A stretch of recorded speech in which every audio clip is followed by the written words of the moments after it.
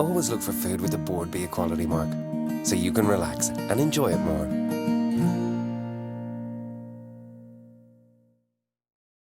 Welcome to County Waterford, which this year won the Foodie Destination of Ireland award. And I'm looking forward to seeing some of the good food that's on offer in the city and county. In Dungarvan, I'll visit the Tannery Cookery School and cook with Paul Flynn. And of course, I'll be showing you some recipes of my own, including ideas for brunch and a light dessert. My base for exploring the county and for cooking the food is here at Feitleg, which stands at the head of Waterford Harbour, where the Barrow, the Nore and the Suir rivers meet. The main house dates back to 1783, and in 1998 the house was converted into a hotel. The head chef is Jenny Flynn, who looks after 2 kitchens which can cater for up to 600 people on a very busy day.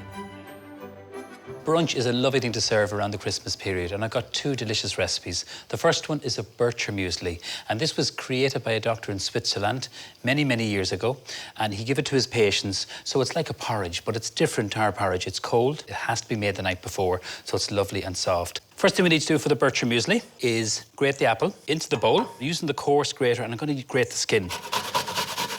Now you can put lots of different fruits into this, dried cranberries, even some sultanas into it. That should be enough. Next thing then is our yogurt, just a plain yogurt. That's going to go in there. Put in the apple juice. So this is some local apple juice I'm using here. And then we're going to sweeten it with some honey, 2 teaspoonfuls of honey here. You can adjust this according to your own taste buds. In the jug here, I have some cream and I have some milk. So next for the oats. Of course, we're in County Waterford, Flavins, one of the oldest family-run business. Over 200 years they've been milling oats. These oats will soften and they'll absorb all this liquid. I prefer it lovely and soft and kind of like a drop in consistency. You can put in some nuts, for example, some toasted pecan nuts. Hazelnuts work really well. So it's all about texture. You have a little bit of sweetness from the honey, but you also have the freshness from the apple juice and the grated apple. Cover that with cling film, put that into your fridge, and then it's ready. This is what we have here. So I've just loosened that up with a little bit of milk, because it does kind of firm up, so it does. So you can see that lovely drop in consistency, and then we're going to serve it up. Spoon this in here. This is some granola, so I'm just going to sprinkle this over. And of course, the base for this is some oats. So we have a little bit of dried cranberry there, some nuts in there. So you're going to get the softness, the creaminess of the oats, and then the crunchiness. And then this time of year, figs are in season, and they're a lovely fruit. They're actually really lovely in a dessert. Served warm, you can actually poach them with a little bit of red wine, some star anise, some vanilla. Put this just around the plate like that. So that's our first recipe. Now for our Eggs Benedict. So it's a really, really simple sauce. We're going to pour in some cream.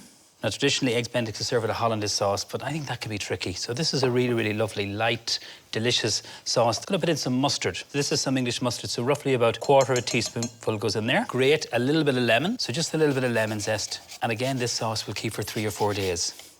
Just literally a squeeze of some lemon. And then this needs to go onto the hob. So we're going to whisk this to mix through the mustard.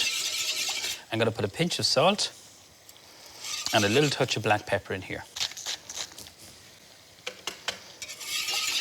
So what I like to do with the sauce is to thicken it. So just with a little bit of corn flour, just mix it with some cold water. Now you don't want it too thick, too gloopy. And just pour a little bit of this in here. That should be enough. So before I poach the eggs, I'm going to put a little bit of white wine vinegar in here. This will hold the egg together. So I'm going to serve 2 of the eggs, and they'll take roughly about a minute or 2 minutes. So I just want to show you the consistency of the sauce just before I add the chives in. So it's kind of like coating the back of the spoon, which is exactly what I want. So I can just throw in my chives, chop them really fine, and then just switch that off. So now one very special ingredient produced here in County Waterford is the Waterford Blah. And it has PGI, which means Protected Geographical Indication. It can only be produced in this county. And it's a lovely soft dough, so it is. So what I've done is just cut them in half, and I've just simply warmed them up. So we're ready to serve up the Eggs Benedict. So I'm just going to place the 2 half blahs. For the ham, it's a great way, if you have any leftover ham, you can do this. And then the eggs are next. So when you're lifting the eggs out, if you can use a slotted spoon and a little bit of kitchen paper, it just makes life a little bit easier. So particularly with the tissue paper, it absorbs any excess water. Just using the spoon, carefully just slide these on here and then spoon this over here. You can see how colourful with the chives. You can garnish it with a little bit of some fresh herbs. Pick a few of these, just for freshness, sprinkle that over and serve it and enjoy it. And that's 2 really quick and delicious recipes. The Bircher muesli with some figs and a little bit of granola, and them are Waterford blah, egg benedict with glazed ham.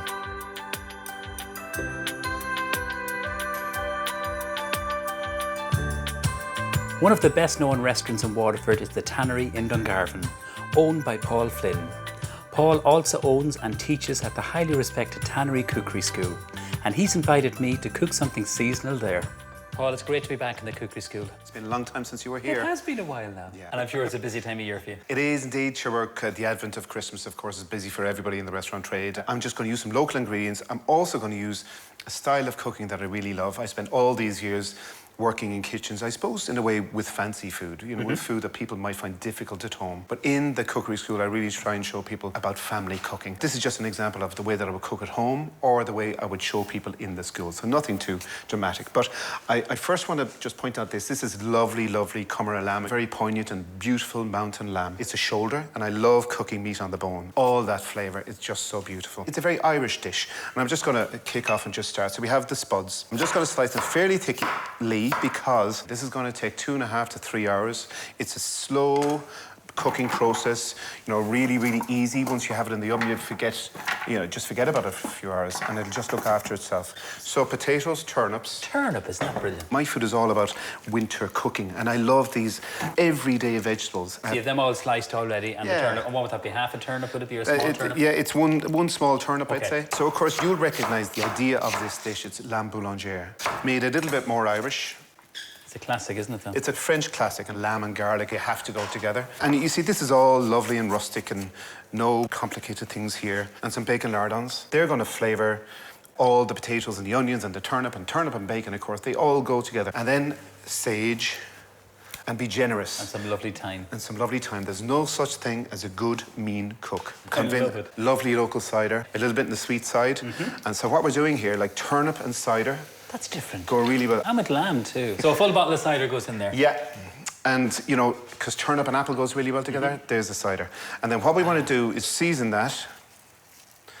Turnip and black pepper. All these things really go together. And then we're going to season the lovely, lovely shoulder of lamb. Now, we did trim the fat off the lamb because lamb fat isn't that nice unless it's crispy. You're right. You know, and the fat is going to go into this, and the juices is going to go into this. So give it an old rub. So if somebody was to go to their butcher and ask for the shoulder of lamb, what would they ask for? Because the shank is on it. The shoulder of lamb on the bone, they should be able to do it for you. So really, this is a very French term. It's called plonk. Could this dish be done with a leg of lamb? I wouldn't do it a leg of lamb. Yeah. You know, I think the fat content through shoulders. Okay. I would roast a leg of lamb. This is a braise, perfect for slow cooking. Now you need a big tray and a big oven. You need a big tray and a big oven and the ever-present butter. Okay, so Me dot and you, with I think we butter. love it. But what we want to do is just make sure this is nice and tight. I have the oven set for 185, and we're going to cook the lamb in 2 ways, about an hour and a half, the foil on.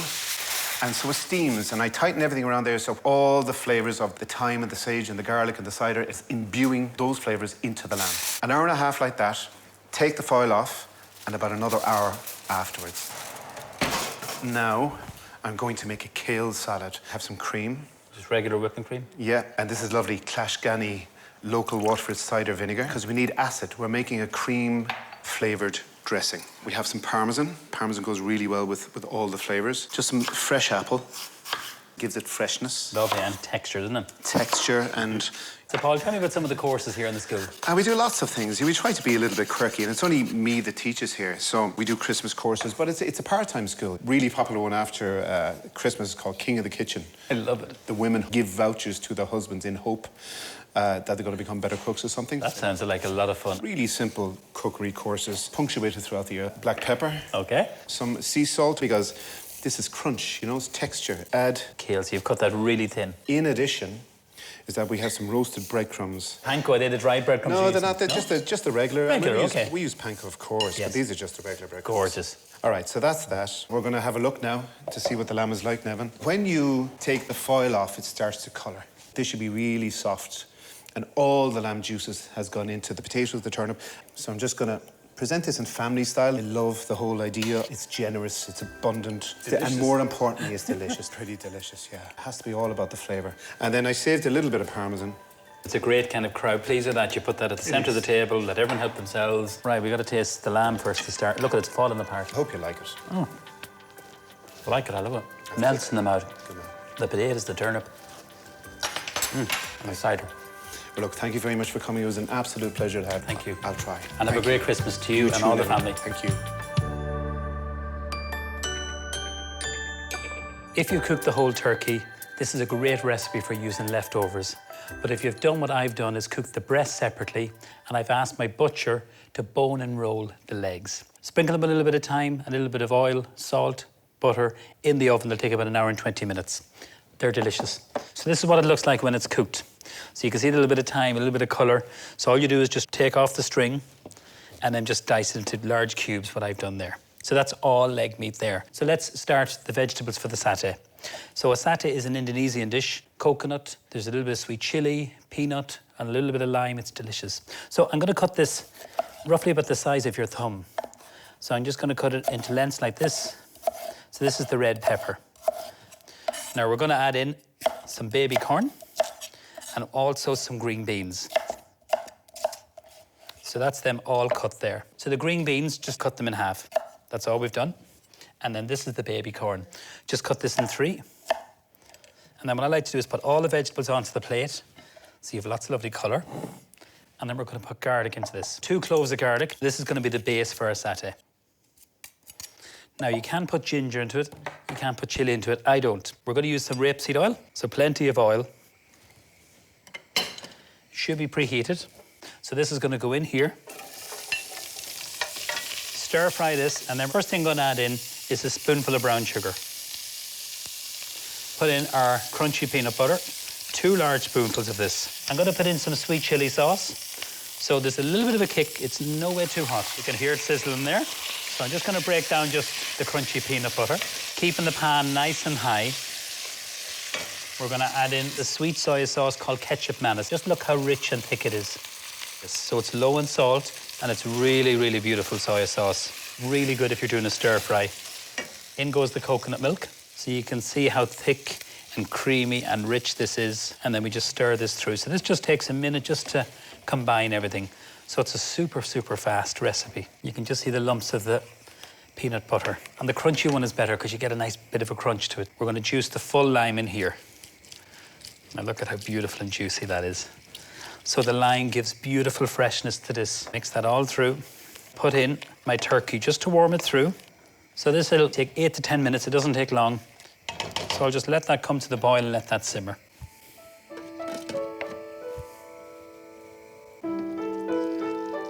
So while that's been simmering, I've cooked some egg noodles. But you can serve this with rice. You can serve it with lots of other things, even mashed potato. So these are the egg noodles. Just literally cook them in some boiling water and a little bit of salt. So they're all ready to go. Now my sauce.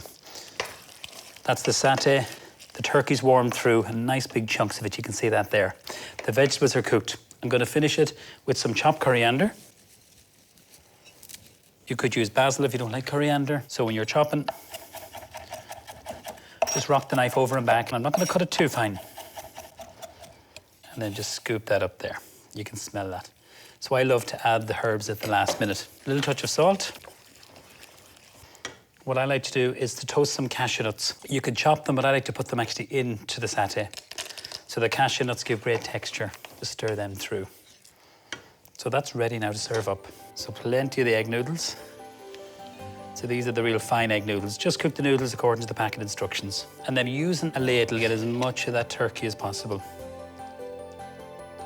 And all those lovely vegetables. So you have the peppers, the green beans, and also the baby corn. There we go. It's creamy, it's rich, it's absolutely full of flavour. Just a few little sprigs, just to finish it, of coriander. And there you have it, very simple but delicious. You could actually make this sauce, add more vegetables and just keep it vegetarian, but I think it's a great one to feed a crowd. I hope you enjoyed this turkey satay.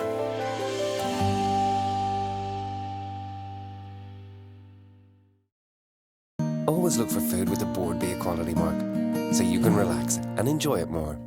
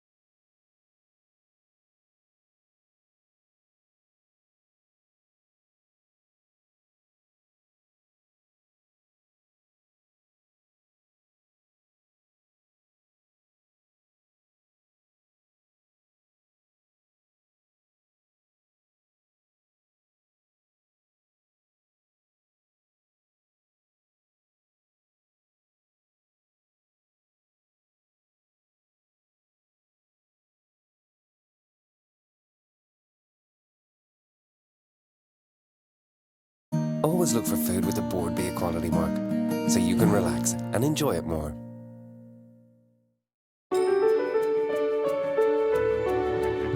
Jenny, trifle is a dessert that we all enjoy over the Christmas period, and I'm really interested to see how you make yours. Do you have this dessert in your menu? We do indeed, yeah. Everybody has a way they make their trifle, of course. My trifle, I like using chocolate and cherries. It's a great combination. Excellent, excellent. So tell me about all the different stages of this. So this stage is already done here. I have jelly and I have the sponge already soaked in the jelly with the cherries and the syrup from the cherries, and put gelatin into it just to set it. It's important to set the layers so you can see it. This is Genoese sponge, sugar, eggs, flour, cocoa powder and a small bit of butter. And is it any particular cherries? These are grillotine cherries soaked in kirsch. Now, not for the kids. So I have the custard made here, so I'm just going to pour it on here now. I put oranges into it, orange zest, a small bit of vanilla, eggs, egg yolks whisked up, sugar and cream. Bring the cream to the boil. Kind of make an anglaise mix. So it's a homemade custard, a baked custard. And then a small bit of corn flour then just to thicken it, to get that to be able to set. Okay, so that's the next layer, all right. So this is the one that's set. Okay, so you need to put this into the fridge, this one here. And Exactly, then this one. yeah. Okay. So you can do that a couple of days before, and then you can add on your layers. These two layers are probably the most important layers, okay? So that one's already set. So I'm going to put a small bit of berries. These are Hanley's berries from Ferrybank, and I just put a small bit of sugar on them. They came from the freezer now. Gorgeous. So just sugar, nothing else, and Nothing then the berries. else, yeah. They're lovely Push that jeweled out. effect. I love Yep. that. There we go. That's super. I'm going to put on the cream. So that's just whipped, regular Whipped cream. Did you counting the calories now? No, one. Calories don't exist at Christmas. Should they don't? You got to No, enjoy you're it. right. That's, Now you can do these individual as well. even in a martini glass, Yeah, you can get lovely little absolutely. glass dishes. So I'll talk to you about Yeah, my talk chocolate to me about mousse. this. It's a mixture of two chocolates. It's a milk chocolate and a dark chocolate, and it's made with egg yolks, egg whites, cream, Muldoon's, of course. What is this? Muldoon's whiskey. Okay. It's a local whiskey, toffee and hazelnut flavour going through Beautiful. it. So you can get the alcohol flavour, but not too strong. No, it's not. Yeah, so it's very, very nice. And it's not too bitter and it's not too sweet. It's No, lovely. I use 70% dark chocolate, and then the milk chocolate just takes the bitterness, shall we say, away. So you have that in a piping bag, I have that in a piping bag, and I'm just going to pipe around. just with a star nozzle. That's it. It looks so shiny. It's the quality of the chocolate. And the best thing about that as well, you're using all the egg. So Yes. you're using the egg yolk and the egg white. And then we're just going to garnish it now with a small bit of cherries. Just soaked in kirsch, that's it. That's it, yeah. Some mint. Some mint, yeah. Just, I suppose, eat with your eyes. And I dried up some oranges, Slice them really thinly. really thinly. Dust them with a small bit of icing sugar. And you can do this like at home in a low oven, isn't that right? Yeah, 80 to 90 degrees. Now you can have them really dry, or you can have them... I have a bit of... They're yeah, good. They're yeah. not too dry, not they're a too wee bit dry. soft. Yeah, exactly. That's it, done. It looks amazing. A lot of work, a lot of technique, and I can't wait to taste it. Ah, good. But more importantly, I want to thank you and wish your team a very happy Christmas. Jenny, you have been so helpful over the last couple of days recording the shows. Thank you, and happy Christmas to you and yours. And you too. Take care.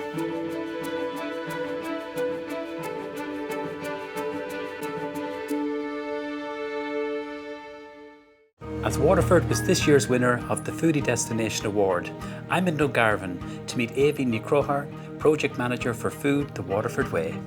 Aoibhinn, congratulations on winning the award. What exactly does it mean for the county? This award now lets people of Ireland and beyond know that when they're coming to Waterford, they're going to get great food and drink. And how exactly are the awards judged? They're looking at the quality, the food, the drink, the experience that somebody would get when they come to Waterford. It's also the fact that it's a real community, and they were looking to see how the community worked together. So this is a small place. This is an agricultural place. We have the mountains right down to the sea, and all of these farmers and people and neighbours who know each other and work together. And then, of course, we've had that historic port of Waterford, Ireland's oldest city, where the Vikings first came. And the first tea landed in Waterford, for example. The first cup of coffee that was ever brewed and sold in Ireland was sold in Waterford. Really? Yeah. The Blah, of course, came about because the Huguenots, they didn't like our flour. And so they bought this beautiful, fleur blanc, the nice white flour that we all know and love today. And how is the award judged? What they were looking for is to understand what kind of food and drink experiences people can have when they come here. We showed them Marie Power foraging down on the beach, and then Momo turning that into an amazing pasta dish. Or Susan Den taking some of the oysters from our bay, hearty oysters from our bay here, and putting it into a Bloody Mary. But what they really loved is they understood that this is a real community. We're a kind of small place. We all know each other by first name. So whether that's Flahavans, who are a big, amazing company, or Judith here in the Ormond, they all know each other, they all work together. We all know where to get the best food and drink and how to put it and present it on a plate. Well, Evian, I've really enjoyed my few days here, and congratulations to all the producers. And it's all about working together. So well done. Keep up the great work. Real well good, thank you. This year, instead of the traditional Christmas pudding or mince pie, I'm going to show you a lovely light dessert. So I'm going to poach some pears in a lovely spice syrup and then serve that with a hot fudge sauce. So first thing we need to do is to make our syrup. This is just a local unsweetened apple juice. So instead of using your traditional water and sugar, we're going to sweeten this with some honey. So this is some local honey in County Waterford. We're going to get some lovely cinnamon, lovely and mulled wine, and really, really nice in this. So about 3 of those is fine. Star anise. One of my favourite spices. It's licorice, it's aniseed, and I really, really like this for poaching a lot of fruits. So 4 of these. I'm going to put the zest and the juice of some lime. So this is going to give sharpness, lovely freshness. Cut this in half, and I'm going to put the full juice in here. The one thing about this syrup, it's not too sweet. So squeeze that all in there. So the vanilla pod, we're just going to remove the seeds. Put that into the saucepan here. Now with the skin, there still is lots of seeds. You can see still in the pod there. Get a wee whisk, and I'm just going to combine everything together. So you have the honey, the apple juice, all the lovely spices, and I'm distributing the lovely vanilla seeds. Check that the pears are ripe, but not overly ripe. So just using a potato peeler, just go the full length of the pear, and then we're going to cut these in half. So they cook much faster when they're cut in half. And what I'm going to use just to remove the core, I'm going to use this. It's called a Parisian baller, which is like a melon baller. So that comes out. In this bowl here, we have what we call acidulated water. So it's just water and lemon juice, just to stop them from discolouring. And we're going to poach these. They look really pretty. Spread them out over the pan. The lid goes on. We're going to bring it to the boil, and these will take, I think, about maybe 20, 25 minutes. Don't let them boil too fast. They need to simmer. That's really important. Then what we do is let them cool down in the syrup. Like this. This is ones we've already poached. So you don't want them going mushy. These are perfectly cooked, and they're actually improving in flavour with that lovely syrup that we've done. Next thing we're going to do is make a really simple hot fudge sauce. So just some whipping cream, some good chocolate, and 55% cocoa solid. So it means it's a really, really good cooking chocolate. This is some vanilla extract, and we're just going to pour this all into the pan. Heat the cream. You can use double cream. I use whipping cream nearly for everything. A little bit of the vanilla, and I'm going to put in this beautiful liqueur made in Cavan, Cool Swan. Delicious. Works really well. It's a cream liqueur, flavoured with white chocolate, cocoa, vanilla, good Cavan cream, and of course a splash of whiskey. Whisk this, and then we're going to add in the chocolate. Sprinkle that in, and the wee buttons, they melt really, really quickly. This just needs to come back to the boil, and that's it done. As simple as that. And I'm just going to check the consistencies. Just with a spoon is easy. And that could be the most delicious hot chocolate in a cup or a mug. And it's not too sweet. Remember, we've added no sugar to it, but there is sugar in the chocolate. When that cools down, it will kind of firm up a little bit in your fridge. Just warm it up, either in the microwave or in the pot. We're ready to serve up. Get my pears, and I'm going to fan them out. Using the point of the knife, kind of 3/4. We're not cutting right through the pear. So I'm going to give 2 pears. Just fan that out on the plate is fine. Serving this with some ice cream. This is some local ice cream made here in Waterford, and I love when ice cream is soft like this. So I'm going to put this to the back of the pears. Now, the sauce. We're going to drizzle this all over. If I put it all over the ice cream, it's going to melt really, really quickly. There's a classic French dessert called Pear Bella Helen, which is poached pears, chocolate sauce, and vanilla ice cream. Just taste it for quality control. The vanilla extract works really well, but the Cool Swan is delicious. A little sprig of mint, and then just for texture, toasted flaked almonds. And that is a very simple but delicious and light dessert. That's my spice poached pears with the hot fudge sauce and vanilla ice cream.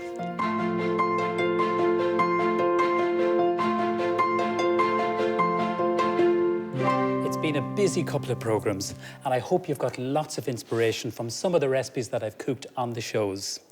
And as I've said before, if you're not doing the cooking, I hope you'll at least do the washing up. But I want to wish each and every one of you a very happy and peaceful Christmas.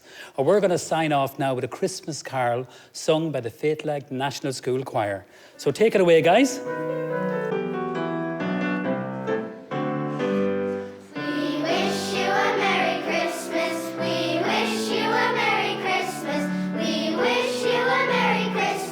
and a Happy